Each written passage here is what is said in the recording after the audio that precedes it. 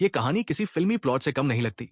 एक तरफ बलरामपुर की विनीता आर्य, जो देखने में एक जिम्मेदार पत्नी और 2 बच्चों की मां थी, और दूसरी तरफ उसका पति मदन कुमार आर्य, जो सरकारी नौकरी की चमक धमक में इतना खो गया कि पत्नी की भावनाओं और जरूरतों को नजरअंदाज करने लगा। धीरे धीरे अकेलापन और अधूरी ख्वाहिशें विनीता के दिल में ऐसी हलचल मचाने लगी जिसकी किसी ने कल्पना भी नहीं की थी। तभी उसकी नजर अपने ही भांजे उमेश कुमार पर टिक गई, और फिर शुरू हुई एक ऐसी खतरनाक दास्तान जहां मोह, लालसा और विश्वासघात ने सब कुछ उलट पुलट कर दिया। लेकिन सवाल यह है कि उस दिन आखिर हुआ क्या, जो विनीता की जिंदगी की दिशा ही बदल गई। क्या यह महज एक गलती थी, या किसी बड़ी साजिश का हिस्सा, और असली गुनहगार कौन निकला, विनीता, उमेश या हालात? सच जानने के लिए बने रहिए हमारे साथ, क्योंकि आगे खुलने वाला है इस राज का वो पन्ना जिसने पूरे इलाके को हिला कर रख दिया था। तो चलिए जानते हैं इस दिल दहला देने वाले हत्याकांड की पूरी कहानी विस्तार से इस वीडियो में। नमस्कार मेरे प्यारे भाइयों और बहनों, मैं विवेक कुमार। क्राइम की कहानी के नए एपिसोड में आप सभी लोगों का हार्दिक स्वागत है। कहानी में आगे बढ़ने से पहले कृपया क्राइम की कहानी चैनल को सब्सक्राइब कर बेल आइकन जरूर दबा लें, ताकि मेरे हर वीडियो का नोटिफिकेशन आपको मिलता रहे। तो चलिए आज की कहानी शुरू करते हैं। शाम का धुंधलका अपने साथ एक अजीब सी खामोशी लेकर आया था।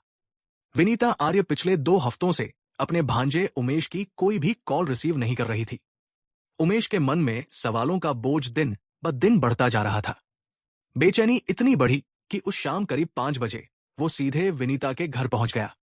डोरबेल की आवाज पर कुछ मिनटों बाद दरवाजा खुला।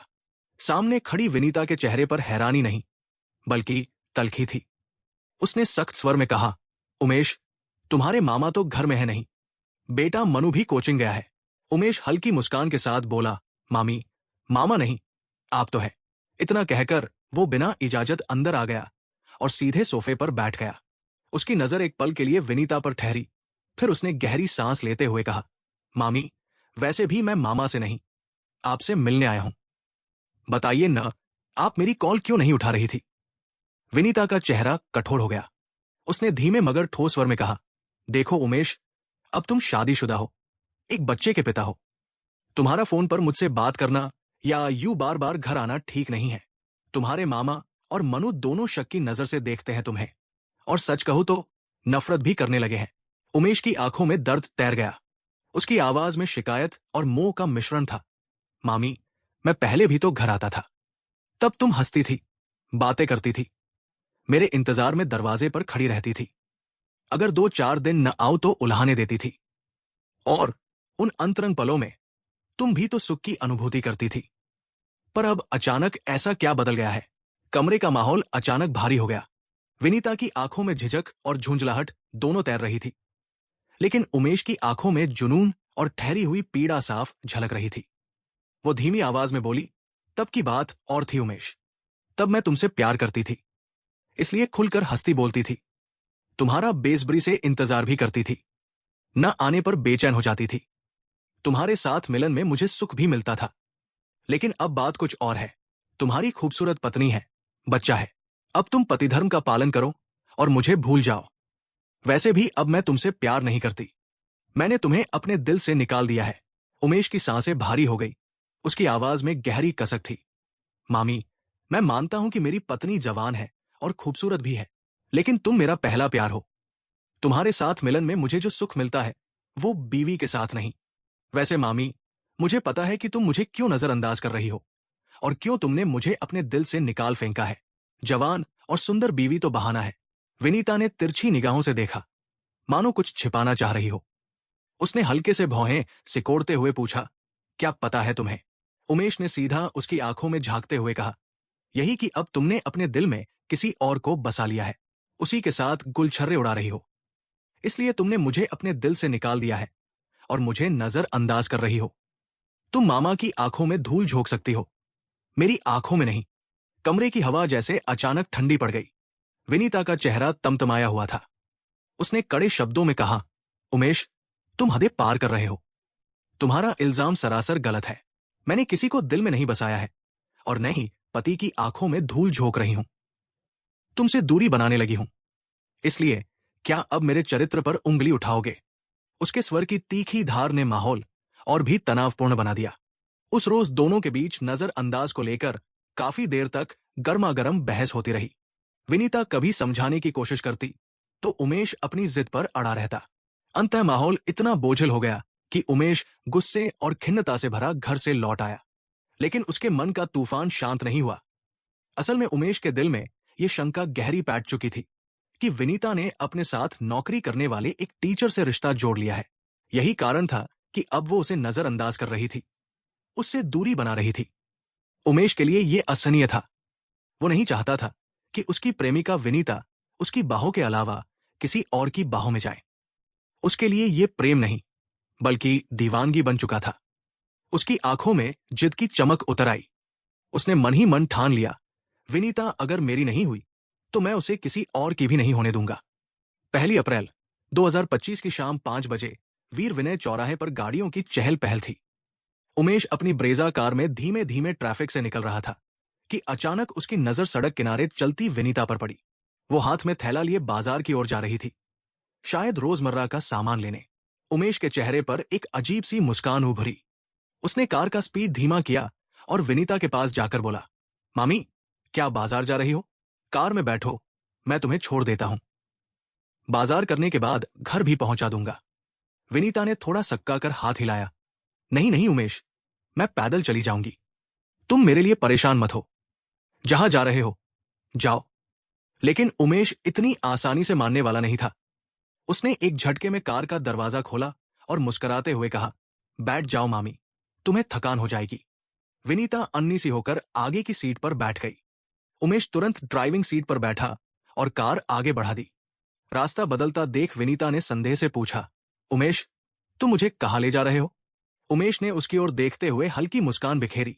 मामी, आज बहुत दिनों बाद ऐसा मौका मिला है, सोचा तुम्हारे साथ थोड़ा सैर सपाटा कर लूं। बस घंटे 1.5 घंटे में वापस आ जाएंगे।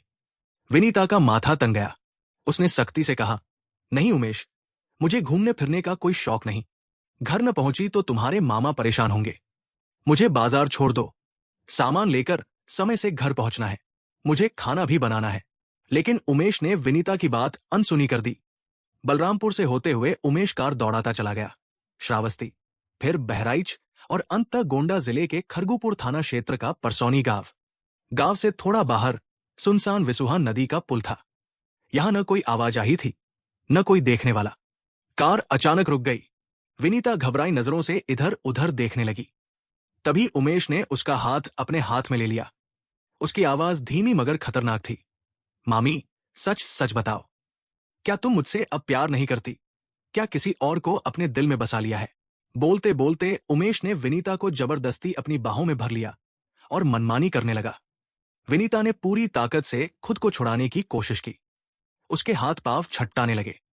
तभी उसने उमेश के गाल पर जोरदार तमाचा जड़ दिया। तमाचा पड़ते ही उमेश का चेहरा लाल हो गया। उसकी आंखों में खून उतर आया। गुस्से से कांपती आवाज में उसने कोई शब्द नहीं कहे, बस तुरंत विनीता के गले में पड़ा दुपट्टा पकड़ लिया और कसकर खींचने लगा। विनीता चीखने की कोशिश करती रही, हाथ पांव मारती रही, लेकिन कुछ ही पलों में उसकी सांसें थम गई। उसकी आंखें बाहर निकल आई, जीभ बाहर लटक गई और उसका शरीर ढीला पड़ गया। उमेश की सांसें तेज हो रही थी, लेकिन चेहरे पर पागलपन भरी ठंडी शांति थी। उसने विनीता के निर्जीव शरीर को देखा, फिर सावधानी से उसका मोबाइल और दुपट्टा उठा लिया। शव को घसीटकर पुल के नीचे अंधेरी नदी की गहराइयों में फेंक दिया। पानी की हल्की हलचल के बाद सब कुछ शांत हो गया। वापसी के रास्ते में उमेश ने विनीता का मोबाइल बंद कर दिया और गाड़ी तेजी से आगे बढ़ा दी। दुल्हिनपुर के सुनसान जंगल में पहुंचकर उसने मोबाइल और दुपट्टा झाड़ियों में फेंक दिया। उसके बाद वो ऐसे घर लौटा जैसे कुछ हुआ ही न हो। सिविल लाइंस की गलियों में रात भर बेचैनी पसरी रही। विनीता के घर में सन्नाटा था, लेकिन उस सन्नाटे के पीछे चिंता और घबराहट का तूफान उठ रहा था। शाम 5 बजे जब विनीता ने अपने पति मदन कुमार आर्य से ये कहकर घर छोड़ा था कि वो सिविल लाइंस बाजार जाकर कुछ घरेलू सामान खरीदेगी और घंटे 2 घंटे में लौट आएगी, तब मदन को जरा भी अंदाजा नहीं था कि ये उसका आखिरी वादा बन जाएगा। लेकिन 3 घंटे से अधिक का समय बीत गया और विनीता का कुछ पता न चला। मदन कुमार बेचैनी से बार बार दरवाजे तक जाते, फिर लौट आते। अंततः चिंता इतनी बढ़ी कि वो खुद सिविल लाइंस बाजार पहुंच गए। उन्होंने वहां का चप्पा चप्पा छान मारा। सब्जी मंडी, किराना की दुकानों की कतारें, कपड़े और जूतों की दुकानें, हर जगह अपनी पत्नी की तलाश की, मगर विनीता कहीं दिखाई नहीं दी। हताश और थका हुआ मदन कुमार घर लौटा तो देखा कि रात बीत चुकी है और विनीता का कोई अता पता नहीं। नींद तो क्या, किसी को चैन तक नहीं मिला। सुबह होते होते विनीता के गायब होने की खबर मोहल्ले में फैल गई। गली गली और घर घर यही चर्चा थी। कहाँ गई होगी विनीता? कहीं अपहरण तो नहीं हो गया? हर किसी के चेहरे पर सवाल और आशंका साफ झलक रही थी। 2 अप्रैल 2025 की सुबह करीब 10 बजे मदन कुमार आर्य थाने का रुख कर गए। थाने में उस समय एसएचओ शैलेश सिंह ड्यूटी पर मौजूद थे। मदन कुमार ने भारी मन और थरथराती आवाज में पूरा घटनाक्रम बताया। सर, मेरी पत्नी विनीता कंपोजिट विद्यालय में अनुदेशिका पद पर कार्यरत है। कल शाम 5 बजे वो घर का सामान लेने सिविल लाइंस बाजार गई थी, लेकिन अब तक वापस नहीं आई। उसका फोन भी बंद है। मैंने हर जगह खोज की, हर संभावित जगह गया, लेकिन कहीं पता नहीं चला। उन्होंने ये भी जोड़ा, विनीता पूर्व विधायक सुखदेव प्रसाद की बेटी की बहू है। सर, कृपया आप मेरी मदद कीजिए। थाने के माहौल में अचानक खामोशी छा गई। विनीता जैसी शिक्षिका और पूर्व विधायक परिवार से जुड़ी महिला का इस तरह अचानक लापता होना मामूली बात नहीं थी। मामला आम गुमशुदगी का नहीं, बल्कि पूर्व विधायक के परिवार से जुड़ी महिला के अचानक लापता होने का था। यही वजह थी कि एसएचओ शैलेश सिंह ने तत्काल इस घटना की सूचना एसपी विकास कुमार तक पहुंचा दी। मदन कुमार की तहरीर पर गुमशुदगी की रिपोर्ट दर्ज कर ली गई। एसपी विकास कुमार ने मामले की गंभीरता को देखते हुए कोई जोखिम न लेने का फैसला किया। उन्होंने एसपी नम्रता श्रीवास्तव की अगुवाई में एक विशेष टीम गठित की। टीम में खुद एसएचओ शैलेश सिंह, कुछ तेज तर्रार पुलिसकर्मी, सर्विलांस यूनिट और चुनिंदा खबरियों को शामिल किया गया। आदेश साफ था, किसी भी हाल में विनीता को जल्द से जल्द ढूंढ निकाला जाए। टीम ने सबसे पहले विनीता के पति मदन कुमार और बेटे मनु से गहन पूछताछ की। दोनों ने अपनी जानकारी में कोई कमी नहीं छोड़ी, लेकिन कोई ठोस सुराग हाथ नहीं लगा। इसके बाद सर्विलांस टीम ने घर से लेकर सिविल लाइंस बाजार तक लगे सीसीटीवी कैमरों की फुटेज खंगालनी शुरू की। घंटों मेहनत के बाद आखिरकार बड़ी सफलता मिली। एक कैमरे की फुटेज में साफ दिखा कि विनीता सड़क किनारे किसी कार सवार युवक से बात कर रही थी। कुछ क्षण बाद वो उसी युवक की कार में बैठ जाती है और कार आगे बढ़ जाती है। जब पुलिस टीम ने ये फुटेज मदन कुमार आर्य को दिखाई तो वो सन्न रह गए। स्क्रीन पर उंगली रखते हुए हड़बड़ाए स्वर में बोले, अरे, ये तो उमेश कुमार है। कार भी उसी की है। विनीता उसी से बात कर रही है। थाने की हवा अचानक और भारी हो गई थी। अब संदेह के घेरे में एक परिचित चेहरा था, परिवार का ही सदस्य, भांजा उमेश कुमार। एसएचओ शैलेश सिंह ने भौहें सिकोड़ते हुए पूछा, ये उमेश कुमार कौन है? मदन कुमार ने गहरी सांस लेते हुए जवाब दिया, सर, उमेश कुमार हमारा भांजा है। वह देहात कोतवाली थाना क्षेत्र के गांव गजाधर सिंह डिडवा का रहने वाला है। बलरामपुर शहर के वीर विनय चौराहे स्थित एचडीएफसी बैंक में सेल्स ऑफिसर है। हमारे घर उसका खूब आना जाना था। मामी भांजे में बहुत पड़ती थी, पर इधर कुछ महीनों से उसका घर आना जाना बेहद कम हो गया। विनीता भी उससे दूरी बनाए हुए थी। लेकिन सर, एसएचओ ने उसकी आंखों में झांकते हुए बात काट दी। लेकिन क्या? मदन कुमार की आवाज काम गई। सर, कल जब विनीता लापता हुई तो हमने उमेश को फोन कर जानकारी दी, मगर उसने साफ साफ मना कर दिया कि उसे विनीता के बारे में कुछ भी नहीं पता। लेकिन सर, फुटेज में तो वही विनीता को अपनी कार में बैठा कर ले जाता दिख रहा है। आखिर उसने झूठ क्यों बोला? मुझे तो दाल में कुछ काला नजर आ रहा है। मदन की बात सुनते ही माहौल और तनावपूर्ण हो गया। पुलिस को अब पहला ठोस शक का धागा मिल चुका था। देर किए बिना टीम ने रात 11 बजे उमेश के घर पर छापा मारा और उसे हिरासत में ले लिया। उमेश को सिविल लाइंस थाने लाया गया। पूछताछ कक्ष में कुर्सी पर बैठते ही उसका चेहरा पीला पड़ गया। एसएचओ शैलेश सिंह ने बिना घुमाए फिराए सीधा सवाल दागा, उमेश, विनीता कहाँ है?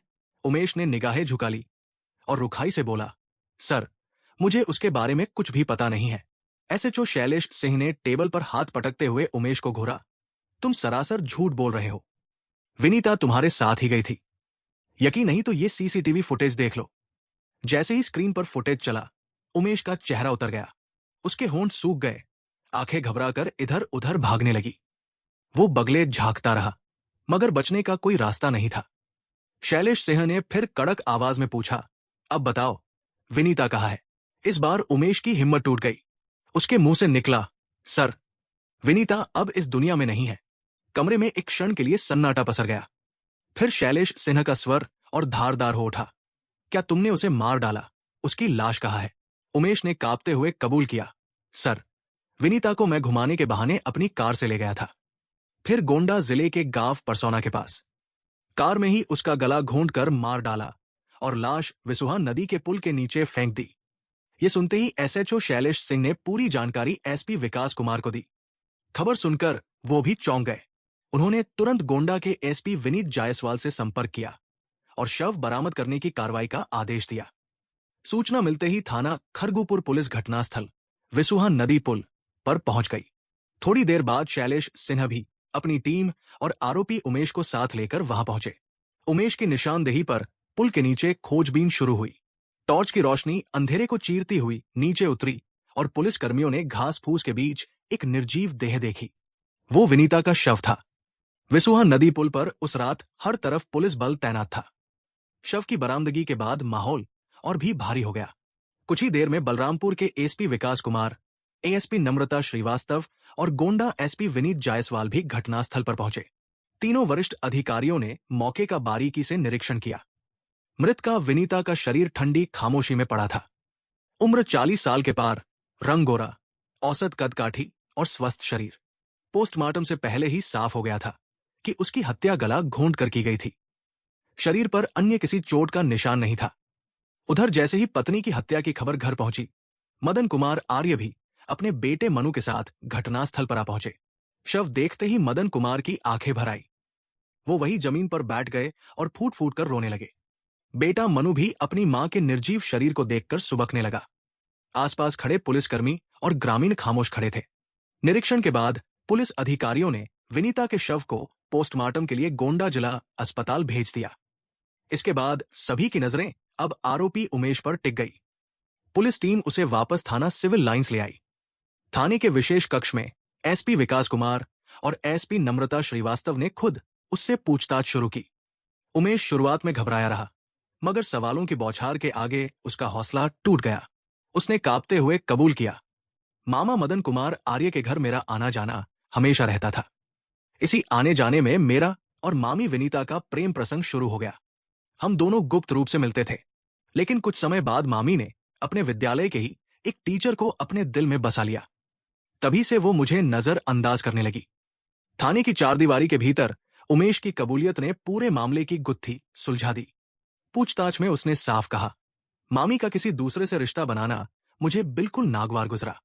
मैंने उसे समझाया, बार बार कहा कि ऐसा न करे, लेकिन जब वो नहीं मानी तो मैंने ठान लिया कि अगर वो मेरी नहीं हो सकती तो किसी और की भी नहीं होगी।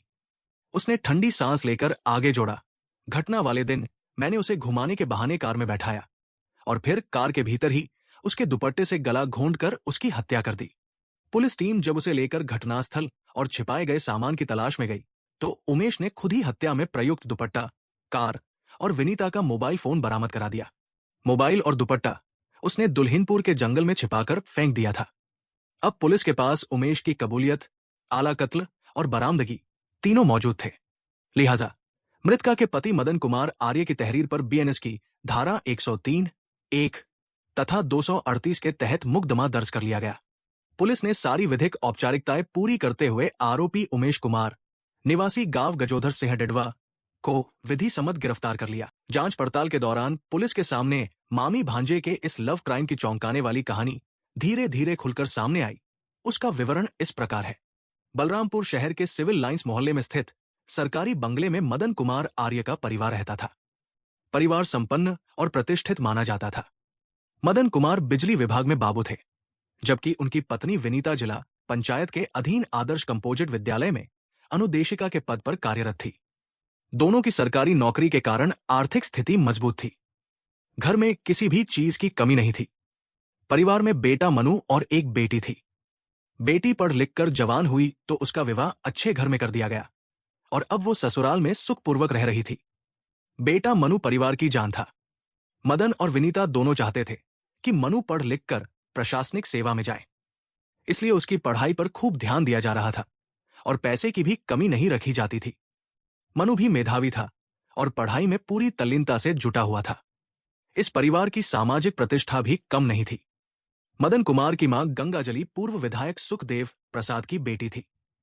सुखदेव प्रसाद 2 बार तुलसीपुर विधानसभा सीट से विधायक चुने गए थे।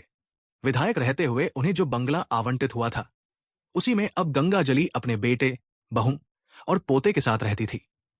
सुखदेव प्रसाद का देहांत हो चुका था, लेकिन उनकी राजनीतिक पहचान अब भी परिवार को सम्मान दिलाती थी। ऊपरी तौर पर यह परिवार खुशहाल और संपन्न दिखाई देता था, मगर विनीता के जीवन में एक कमी हमेशा खटकती थी। पति मदन कुमार की पोस्टिंग बलरामपुर से दूर गोंडा शहर में थी। वो हफ्ते में कभी कभार ही घर आ पाते थे। यही दूरी विनीता को भीतर ही भीतर खलती थी और उसके मन में खालीपन की दीवार खड़ी कर देती थी। यहीं से विनीता और उमेश के बीच खतरनाक नजदीकियों की शुरुआत हुई। विनीता पति की बेरुखी और लंबे समय तक चलने वाली दूरी से अकेलापन महसूस कर रही थी। उसके भीतर दबा हुआ खालीपन उमेश के चुलबुले शब्दों और तारीफों से भरने लगा। जिस सराहना की भूखी वो लंबे समय से थी, वो अचानक एक भांजे की नजरों में उसे मिलने लगी। उस दिन उमेश के बोलने के ढंग ने विनीता को अंदर तक छू लिया। वो पहली बार किसी के सामने अपनी शिकायतों को खुलकर कह पाई थी। तुम्हारे मामा तो कभी मेरी तारीफ नहीं करते, महीने में 1-2 बार आते हैं, तब भी थके हारे रहते हैं। उमेश ने इस कमजोरी को पहचान लिया। उसने विनीता को वहीं से तसल्ली देने और धीरे धीरे उसके दिल में जगह बनाने की ठान ली। धीरे धीरे दोनों के बीच बातचीत का सिलसिला बढ़ा। जब भी उमेश शहर आता, मामी से मिलने का बहाना ढूंढ लेता। विनीता भी अब उससे खुलकर बात करने लगी। एक तरफ पति का भावनात्मक और शारीरिक खालीपन, दूसरी तरफ उमेश की लगातार मौजूदगी और मोहक व्यवहार, विनीता का झुकाव तय था। कुछ ही महीनों में रिश्ता सामान्य मामी भांजे की हद से निकलकर गैरकानूनी मोहब्बत का रूप लेने लगा। विनीता ने खुद भी महसूस किया कि उमेश के साथ वो सब कुछ साझा कर पा रही थी, जो पति के साथ संभव नहीं था। यहीं से रिश्ते की खतरनाक दहलीज शुरू हो गई थी। विनीता के लिए उमेश अब केवल भांजा नहीं रहा था। उसकी आंखों में उमेश का स्मार्ट व्यक्तित्व और उसके दिल की कद्र करने का अंदाज घर कर चुका था। वही उमेश जो बार बार उसकी तारीफ करता, उसकी हंसी का सबब बनता और उसके अकेलेपन को पल भर में मिटा देता। वही दूसरी तरफ उमेश भी मामी की खूबसूरती पर पूरी तरह मोहित हो चुका था। उम्र में बड़ी होने के बावजूद विनीता की सजी सवरी शक्ल, उसकी अदाएं और अकेलेपन का दर्द उमेश को अपनी ओर खींच रहा था। वो जानता था कि मामी अंदर ही अंदर किसी सहारे की तलाश में है और वो उसी सहारे की तरह सामने खड़ा था। उमेश चाहता था कि विनीता एक कदम आगे बढ़ाए। विनीता चाहती थी कि पहल उमेश ही करे। इन अनकही चाहतों और दबे अरमानों के बीच उनकी बातचीत का अंदाज बदलने लगा। चोरी छिपे मुस्कुराना, एक दूसरे की आंखों में देर तक झांकना, हल्की फुल्की छेड़छाड़, ये सब मिलकर रिश्ते को खतरनाक मोड़ पर ले जा रहे थे। अब दोनों के बीच का रिश्ता मामी भांजे की मर्यादा से बहुत आगे निकलने की कगार पर खड़ा था। उस रात के बाद विनीता और उमेश की दुनिया बदल गई। वो एक रात थी जब मर्यादा की दीवारें टूट गई और जिस्म की आग ने रिश्ते की पवित्रता को राख कर दिया। मामी भांजे का रिश्ता अब केवल नाम का रह गया था। असल में वो दो प्रेमियों की तरह मिलते, छिपते और अपने गुप्त संबंधों का आनंद लेते। विनीता का अकेलापन अब उमेश की बाहों में सुकून ढूंढने लगा। वो भूल गई थी कि वो 2 बच्चों की मां है, किसी की पत्नी है और समाज में इज्जतदार औरत के रूप में जानी जाती है। उसके लिए अब मायने रखता था सिर्फ उमेश, उसकी जवानी, उसका साथ और वो सुख जिसकी उसे प्यास थी। उधर उमेश के लिए भी मामी अब सिर्फ रिश्ते का नाम नहीं रही थी। उसकी आंखों में विनीता एक आकर्षक और मोहक प्रेमिका थी, जिसके साथ हर मुलाकात उसे मदहोश कर देती। धीरे धीरे उसका दीवानापन हद से गुजरने लगा। अब दोनों का रिश्ता चोरी छिपे फल फूल रहा था। जब भी मौका मिलता, उमेश घर आ जाता और विनीता उसे मिलने का बहाना बना लेती। बाहर से सब सामान्य दिखता, लेकिन भीतर ही भीतर दोनों विश्वासघात और गुनाह की राह पर तेजी से बढ़ रहे थे। उमेश की जिंदगी 2 हिस्सों में बंट चुकी थी। एक तरफ था उसका स्मार्ट और ठाट बाट वाला रूप, HDFC बैंक का सेल्स ऑफिसर, ब्रेजा कार में घूमने वाला दबंग नौजवान जिसे मोहल्ले में हर कोई पहचानता था। दूसरी तरफ था उसका गुप्त और खतरनाक रिश्ता, मामी विनीता के साथ रातों को रंगरेलियां मनाने वाला आशिक। विनीता के घर आना जाना इतना आम हो गया था कि किसी को शक नहीं हुआ। रिश्ते का पर्दा उन्हें बचाता रहा। दिन में हंसी मजाक, रात में मिलन, ये सिलसिला चलता रहा। लेकिन मोहल्ले की चौकस आंखें आखिर कब तक चुप रहती। धीरे धीरे कानाफूसियां शुरू हो गई। हर गली, हर नुक्कड़ पर उनके संबंधों की कहानियां दबे स्वर में सुनाई देने लगी। पति मदन कुमार तक, जब यह खबर पहुंची तो वो भीतर तक हिल गया। उसका भरोसा, उसकी इज्जत और उसका घर सब खतरे में था। उसने पत्नी और भांजे दोनों से पूछताछ की, मगर दोनों ने बड़ी सफाई से साफ इनकार कर दिया। लेकिन सच की परत ज्यादा देर छिपी नहीं रही। एक शाम उसने अपनी आंखों से विनीता और उमेश को हंसी ठिठोली करते देख लिया। उस दिन उसका गुस्सा फूट पड़ा। उसने दोनों को कड़ी फटकार लगाई। पर विडंबना यह थी कि न तो विनीता पीछे हटी और न ही उमेश। उनका रिश्ता डांट फटकार से भी मजबूत होता गया। इसी बीच विनीता ने सोचा कि अगर उमेश की शादी करा दी जाए तो शायद वो उससे दूरी बना ले। इसीलिए उसने रिश्तेदार की बेटी ज्योति से उमेश का विवाह करवा दिया। ज्योति सुंदर थी, संस्कारी थी और जल्दी ही उमेश का दिल जीतने लगी। साल भर में ही उनके घर किलकारियां गूंज उठीं। उमेश पिता बन चुका था। शादी और बच्चे ने उमेश को व्यस्त कर दिया। अब उसकी रातें ज्योति की बाहों में गुजरने लगी। विनीता के साथ मिलन का सिलसिला लगभग थम गया, लेकिन दिल का रिश्ता सिर्फ जिस्म पर नहीं टिकता। भले ही मुलाकातें बंद हो गई, पर फोन कॉल्स का सिलसिला जारी रहा। विनीता, जो कभी उमेश के प्यार और जवानी पर फिदा थी, अब किसी और के साथ नई दुनिया बसा चुकी थी। उसका मन उमेश से हटकर उस जवान टीचर पर टिक गया, जो उसे तवज्जो देता था और उसके अकेलेपन की प्यास बुझाता था। उमेश के लिए यह सबसे बड़ा धोखा था। जिस मामी के लिए उसने परिवार, रिश्तों और समाज की मर्यादा ताक पर रखी थी, वही अब उसे नजरअंदाज करने लगी। पहले हंसी ठिठोली और घंटों की बातें, फिर मोबाइल पर मीठी गुफ्तगू, सब खत्म हो गया। विनीता ने उसकी कॉल तक उठानी बंद कर दी। उमेश का शक धीरे धीरे यकीन में बदल गया। जब उसने छिपकर जानकारी जुटाई तो उसे पता चला कि विनीता का दिल अब किसी और के नाम हो चुका है। यह खबर उमेश के लिए मानो बिजली गिरने जैसी थी। उसकी दीवानगी पागलपन में बदल गई। उसके जहन में सिर्फ एक ख्याल घर कर गया, अगर विनीता मेरी नहीं हो सकती तो मैं उसे किसी और का भी नहीं होने दूंगा। इसके बाद उमेश ने विनीता की रेकी शुरू कर दी। हर रोज वो उसके आने जाने, मिलने जुलने और बाजार की गतिविधियों पर नजर रखने लगा। और फिर वो दिन आ गया, 1 अप्रैल 2025 की शाम। शाम 5 बजे विनीता घर का सामान लेने सिविल लाइंस बाजार जा रही थी। उमेश की नजर उस पर पड़ते ही उसके भीतर का पागलपन उभर आया। वो ब्रेजा कार से उसके पास पहुंचा और उसे घुमाने का बहाना बनाकर कार में बिठा लिया। विनीता को जरा भी अंदाजा नहीं था कि वो अपने मौत के सफर पर निकल चुकी है। देर रात सुनसान जगह पहुंचकर उमेश ने अपने जुनून और गुस्से को जहर की तरह उड़ेल दिया। उसने विनीता का दुपट्टा उसी के गले में लपेटकर गला घोंट दिया। कुछ ही मिनटों में विनीता की सांसें थम गई और उसका जिस्म बेजान हो गया। उमेश ने उसकी लाश को पुल के नीचे ठिकाने लगा दिया। लेकिन अपराध की सच्चाई देर तक छिपी नहीं रहती। पुलिस ने जब विनीता की गुमशुदगी की तहकीकात शुरू की तो सारे सुराग सीधे उमेश की ओर इशारा करने लगे। पूछताछ में वह टूट गया और पूरा जुर्म कबूल लिया। 4 अप्रैल 2025 उमेश को बलरामपुर कोर्ट में पेश किया गया, जहां से उसे जिला जेल भेज दिया गया। निचली अदालत से उसकी जमानत अर्जी खारिज हो चुकी थी। अब उसके घरवाले हाईकोर्ट में पैरवी कर रहे थे, लेकिन उस पर लगा गुनाह का धब्बा मिटने वाला नहीं था। कहानी को लास्ट तक सुनने के लिए आपका धन्यवाद। इस कहानी के बारे में अपनी राय कमेंट करके जरूर बताइएगा और ऐसी ही अपराध की सच्ची कहानियों के लिए हमारे चैनल क्राइम की कहानी को सब्सक्राइब कर लीजिए। कहानी को लाइक और शेयर जरूर करें। धन्यवाद।